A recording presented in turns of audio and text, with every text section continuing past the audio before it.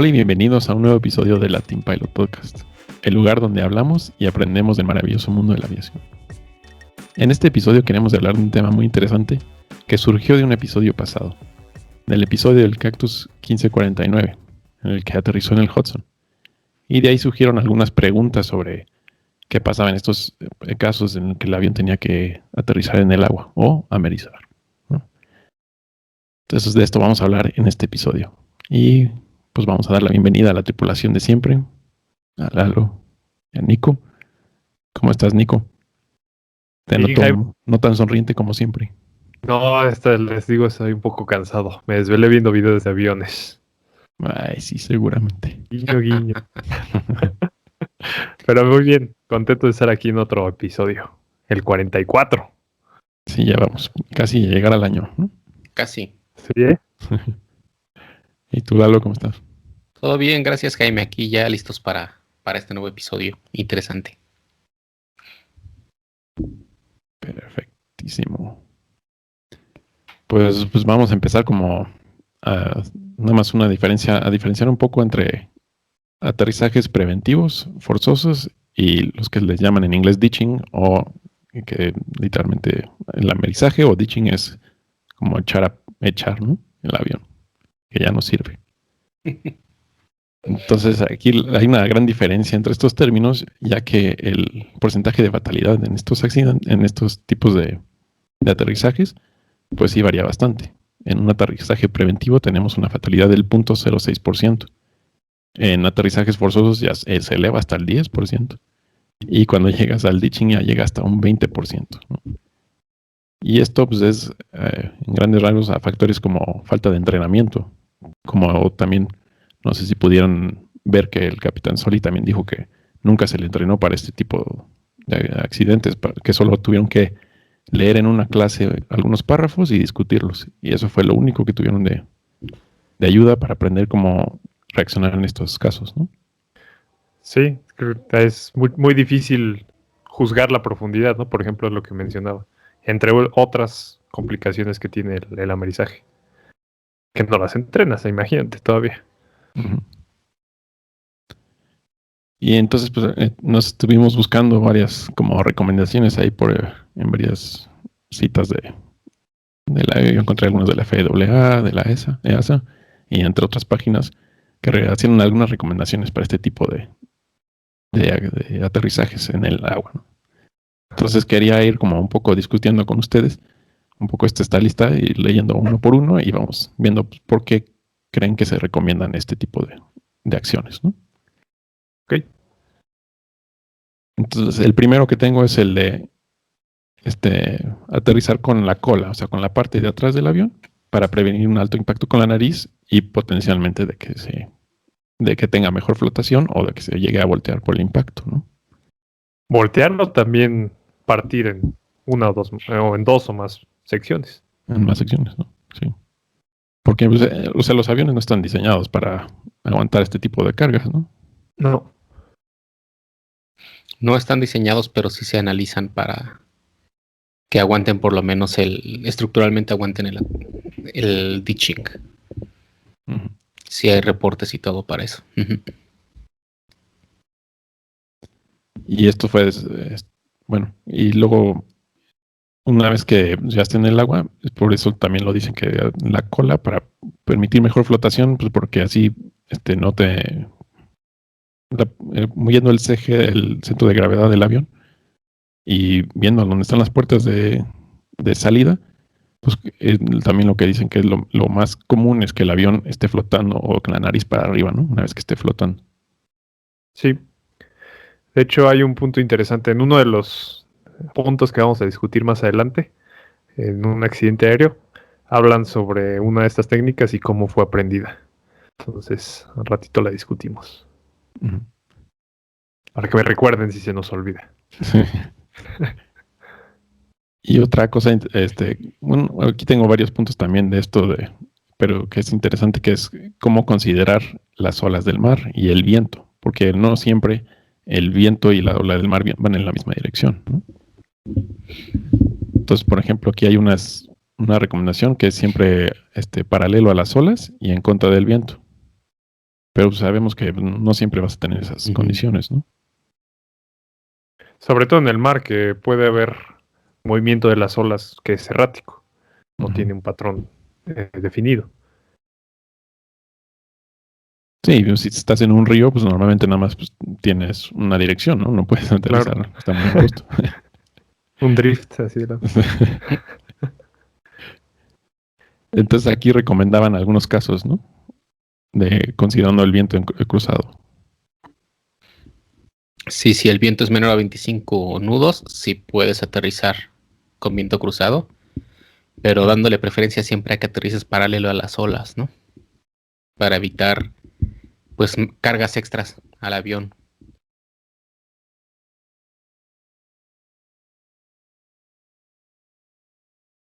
Y luego si tienes mayor viento cruzado. Pues ya va a ser más difícil controlar el avión y pues ahora sí que lo que tienes que hacer es controlarlo, ¿no? O sea, bajar el avión y ya pues esperar a que el impacto no sea tan fuerte, a pesar de que vayas a aterrizar no en paralelo a las olas. Puede ser peor tratar de aterrizarlo con más viento cruzado. Bueno, y esto de que dicen paralelo a las olas, ¿por qué será? Pues es como cuando vamos a la playa y te subes a una lancha pequeña, no un barco como tal, y para salir pues tienes que atravesar las olas, ¿no? Y como vas rebotando y pues, te va impactando de frente, entonces eso causa que la lancha se mueva y pues imagínate el avión llegando a una velocidad mucho mayor y de frente con las olas es como si les pusieras pequeñas bardas, ¿no? Pequeñas barreras que te pueden causar más daño aún.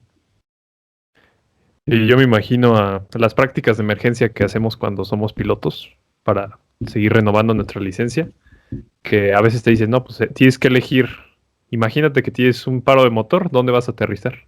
Entonces que tienes que voltear abajo y si ves un campo, de preferencia tienes que elegir uno que o no esté arado, que no tenga los surcos de la siembra, o tratar de aterrizar paralelo a los surcos de la tierra. Porque si no, pues el avión puede aterrizar perpendicular a los surcos, pero te vas a capotear, el avión se va a voltear. Uh-huh. Similar, Sí, me imagino, que sucede con las olas. sí, también, o si estás, si las olas vienen de frente, también eso va a aumentar tu velocidad de terreno, ¿no? Uh-huh. Que lo que tratas de hacer es reducir esa velocidad de terreno, ¿no? Para que sea una caída suave. Por O sea, así como la decirlo. velocidad relativa, o sea, viene hacia ti, Ajá, sumada con la contraria, pues, sumada con ajá. Entonces bueno, la es velocidad peor. del avión. Uh-huh. Uh-huh. Y luego pues, también obviamente una cosa que parece obvia, pero se recomienda aterrizar amerizar con el tren de aterrizaje arriba, ¿no? Guardado. Exacto. Creo que eso es bastante obvio para el Yo amenizaje también. hubiera pensado que tal vez ayudaría para ir reduciendo la velocidad del avión.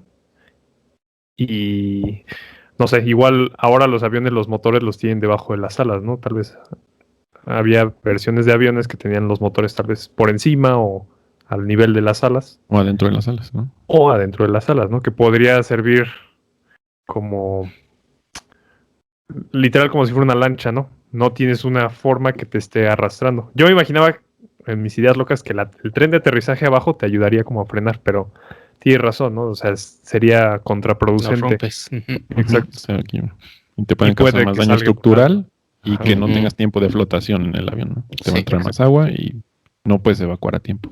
Uh-huh. Sí, un agujero, exactamente. Uh-huh. Luego también recomiendan, obviamente, si existe el tiempo, si todavía tienes algún motor, pues tirar el combustible, ¿no? Ujú. Sí, como en toda emergencia. Sí, esto también es para bajar el peso y así también incrementas la capacidad del avión de flotar, ¿no? El tiempo. Uh-huh. Sí, exacto. Obviamente también pues, extender al máximo los flaps porque quieres aterrizarlo más despacio, pero pues, hay algunos casos en que no puedes usar los flaps, ¿no? No puedes bajarlos. Porque si alguna vez pierdes los motores, pues vas a perder también el sistema hidráulico. Claro, sí. Digo, tienes el de emergencia, pero aún así sí puede fallar. Uh-huh. Como lo veremos en algunos de los casos. Oye, ¿tendrá algo que ver aumentar, bueno, no sé, poner los flaps al máximo para tal vez tener mayor superficie de flotación? No, no te ¿O ayuda. será como mínimo Mm, el cambio? No. No, porque eso viene en relación, la fuerza buoyant force es con el volumen y la masa, ¿no? Ujú. Ok. Entonces no Entonces cambia. no está cambiar el volumen y la masa, entonces sí, no.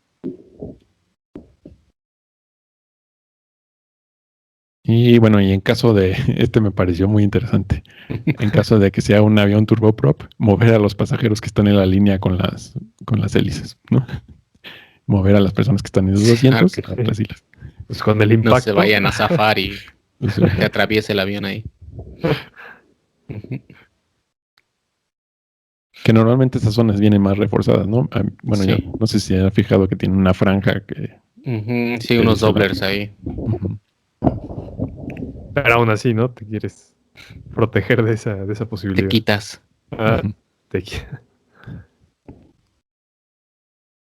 Y luego también algo interesante es de que cada avión en el famoso AFM o el Aircraft Flight Manual, pues indican un poco cuál es la velocidad de descenso óptima, ¿no? Ujú. Para cada avión. Normalmente pues, te dicen que pues, es la menor posible, que algunos recomiendan 200 pies por minuto. Pero pues obviamente si no tienes motores, pues no puedes o sea, ir tan lento. Necesitas volar a tu mejor velocidad de planeo, ¿no? Best glide speed.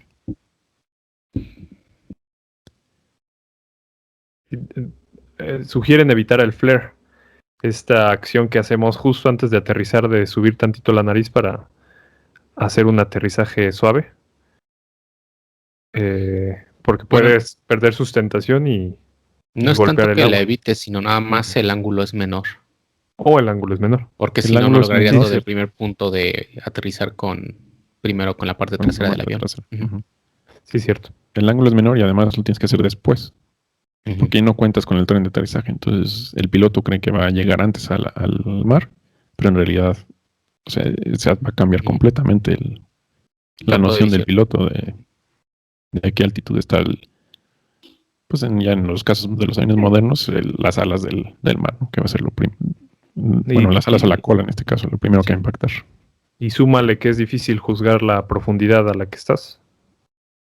Así es, porque como tienes todo el mar abierto, normalmente cuando estás en una pista, pues puedes más o menos, ya vas a ir reconociendo poco a poco si vas muy alto o muy bajo, ¿no? Sí. No sé si Tal vez les pasó. distingue la pista con el pasto, ¿no? Y dices, bueno, aquí está Ujú. ya más cerquita. Pero en el mar, Si en el mar no tienes ninguna referencia, entonces está todo es complicado azul. también. Sí. O en el caso de que lo tengas que hacer de noche, Sí, todavía también. más complicado. ¿No?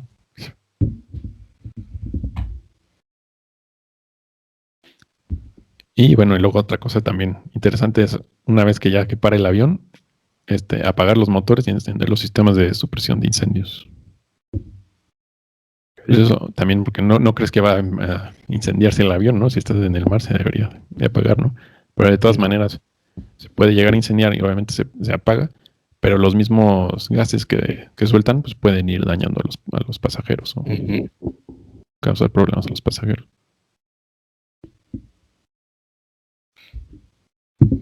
Bueno, pues esas son algunas de las recomendaciones que encontré.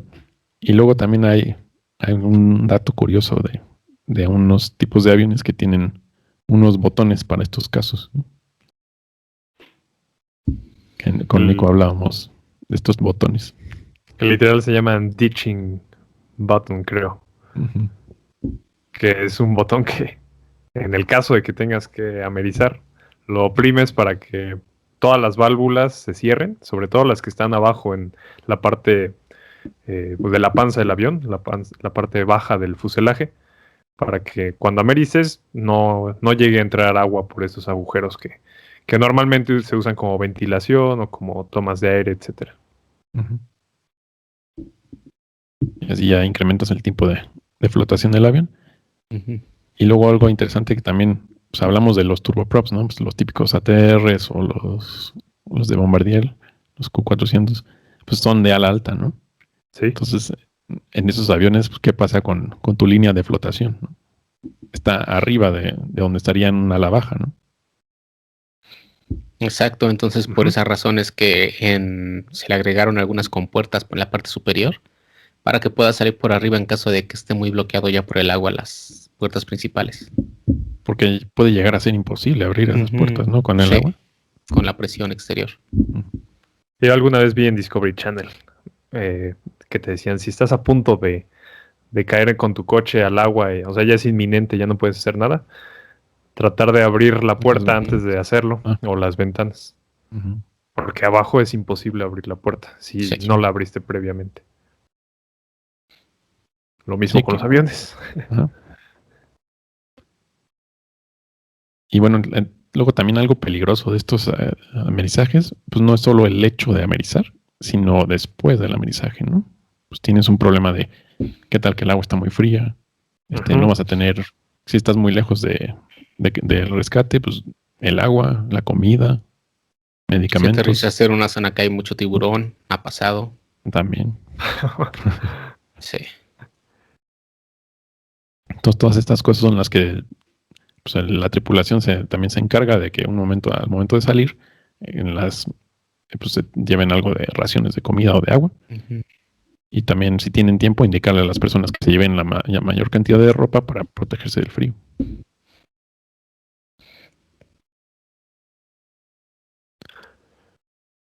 Y bueno, pues como hablamos, este es uno de los mayores retos, pues es la hipotermia, y también lo hablamos un poco en el caso del Cactus 1549. Sí, tal vez llevar ropa o llevar como maletas extra es un poco contraproducente. Creo que es... No maletas, sino ropa. Es lo que recomiendan. ¿Como o sea, si traes un suéter, una chamarra, puesta. traerte todo lo que posible. Ya. Sí, no que llegues cargando, porque sí. Voy a usar mi iPad, me la llevo. Sí. Tu libro, ¿no? De hecho, es interesante, ¿no? Creo que lo mencionamos en el episodio del Hudson. Gran parte del éxito de que nadie murió es todo el equipo de rescate que hubo y todos los ferries que estaban cercanos al avión. Si no, de otra forma, la hipotermia hubiera sido la razón principal de muchas muertes. Así es. Bueno, ya hablamos del Hudson en episodios pasados. Pues ahorita vamos a hablar de algunos casos también famosos de amerizajes. Entonces aquí yo les cuento un poco de uno que encontré de Panam, que era el vuelo 6 de Honolulu a San Francisco. Este era en el año 1956. Y era un avión, un Boeing 377, el que se llamaba el Stratocruiser. Que parecía un barquito, ¿no? Literalmente parecía un barquito con alas. Rara, ahí búsquenlo. Sí, está interesante, se los ponemos en el video de YouTube. Ajá. Y pues este fue un accidente que es un avión de 4 motores de hélice. Entonces aquí tenemos que el accidente ocurrió después del punto medio, ¿no? El punto medio, entonces ya es el punto en que tardas el mismo tiempo en llegar a San Francisco que a Honolulu. Y normalmente se mide este punto para que la tripulación pueda saber si en algún accidente, qué hacer, si ir al destino o regresar a donde salieron. Y estaban a 21,000 pies. Y lo que pasó fue que la potencia del primer motor empezó a incrementarse y no pudieran reducir la potencia. Entonces lo que trató de hacer el primer oficial fue extender los flaps y para intentar que la hélice se perfilara, para así que una vez que, o sea, seguía generando potencia, girando, pero al perfilarse así, no tendría potencia y no tendría efecto sobre el avión y no lo estaría generando arrastre. Generando arrastre. Y pues esto no funcionó. Entonces lo que pasó fue que ya el capitán que cortó el aceite al motor y esto ya logró que redujera las revoluciones por minuto al motor. Pero la hélice seguía girando sin control y esto seguía causando resistencia y entonces esto es más gasto de combustible que no tenían contemplado. Después de un tiempo el motor 4 falla y se dispara por completo. Que es desde hasta el otro lado, ¿no? Sí, contrario. Ajá, del otro lado del fuselage. Y pues esto ya viendo la tripulación, dijeron, pues no, ya no podemos llegar a San Francisco, y pues ya declararon su emergencia de que tenían que amerizar, ¿no? Pero lo interesante de esto es que esto ocurrió alrededor de las 3 de la mañana. Ya esto que se dieron cuenta que tenían que amerizar. Entonces está oscuro y tienes que amerizar, pues que está difícil, ¿no? Oye, ¿hacia dónde van las olas, no? Sí. A las 3 de la mañana. Entonces, lo que hizo el capitán inteligentemente fue esperarse a que hubiera la luz del día para poder aterrizar y poder amerizar con las alas niveladas y que todo pudiera ver todo bien, ¿no? Y para su suerte, en esos tiempos la Fuerza Costera tenía una base cerca. Entonces pudieron mandar una embarcación cerca de la ubicación del avión, y el mismo avión estuvo circulando la embarcación toda la noche para así mismo perder el combustible, como ya lo habíamos hablado, y que estuviera menos pesada la aeronave y así que fuera más suave el toque con el agua, ¿no? El touch. Un mantequillazo. Mantequillazo. Y algo interesante de este es que un año atrás se tuvo un amerizaje parecido con este avión, y lo que pasó fue que se rompió la parte de la cola. Entonces el capitán indicó a la tripulación que les dijeran que movieran los pasajeros de la cola hacia el frente, en caso de que esto pasara. Es precisamente lo que te decía al principio, ¿no? Se aprendió de un accidente previo y, como dice, pues movieron a la gente hacia adelante, porque la vez pasada se rompió la parte trasera del avión.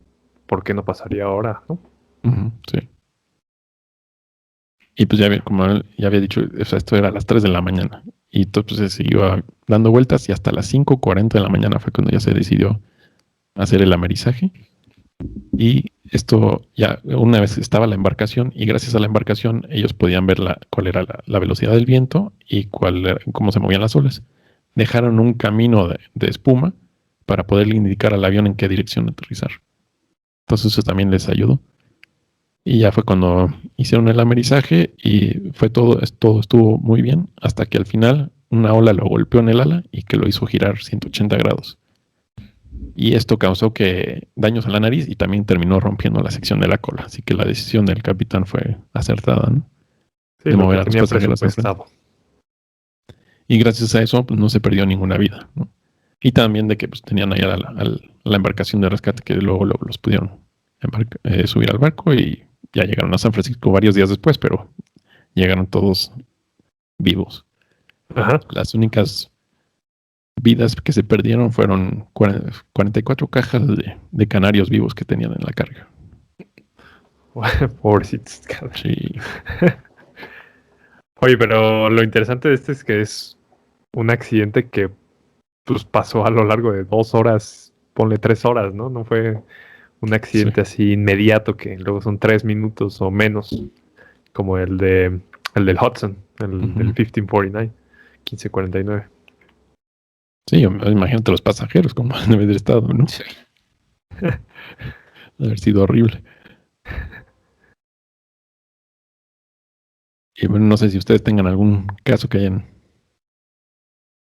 Yo tengo uno y nos lo pidió, bueno, nos lo hizo la mención Julio Díaz en el episodio precisamente el del 1549, el del US Airways, que previo a ese amerizaje tan famoso en 2009 hubo uno en 1963, pero en Europa.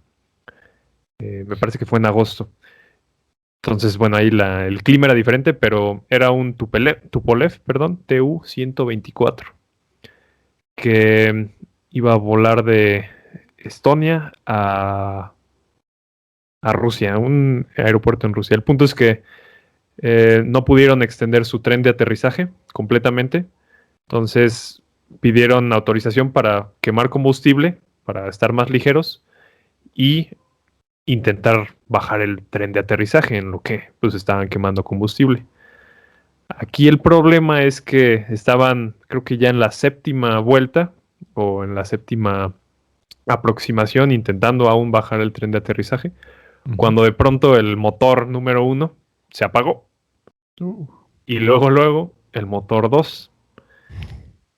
Entonces el capitán se sacó de onda y obviamente parecía en ese momento que era a causa de una falta de combustible. Estaba a 12 millas, me parece, del aeropuerto, Entonces lo único que le quedó, estando sobre la ciudad volando, fue intentar, o bueno, hacer el amerizaje sobre el río Neva.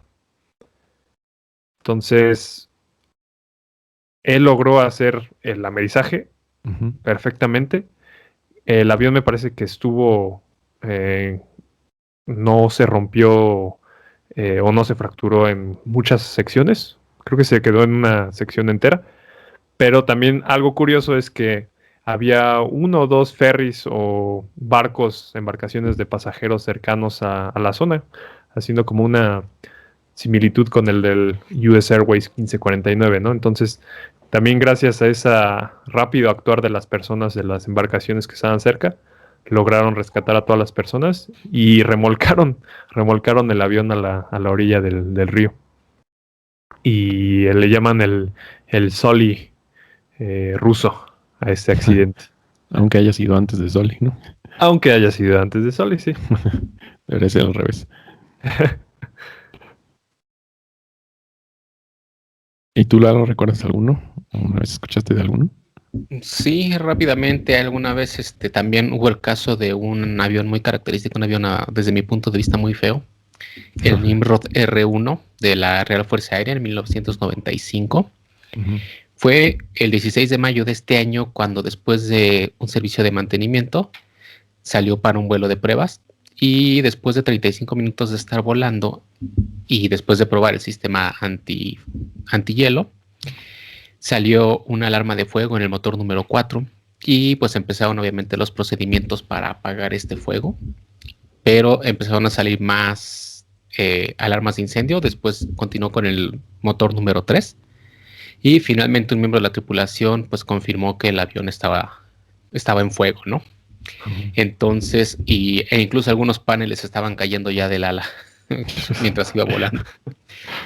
Entonces, pues no le quedó otra al capitán más que bajar en Murray Field, así se llama el lugar.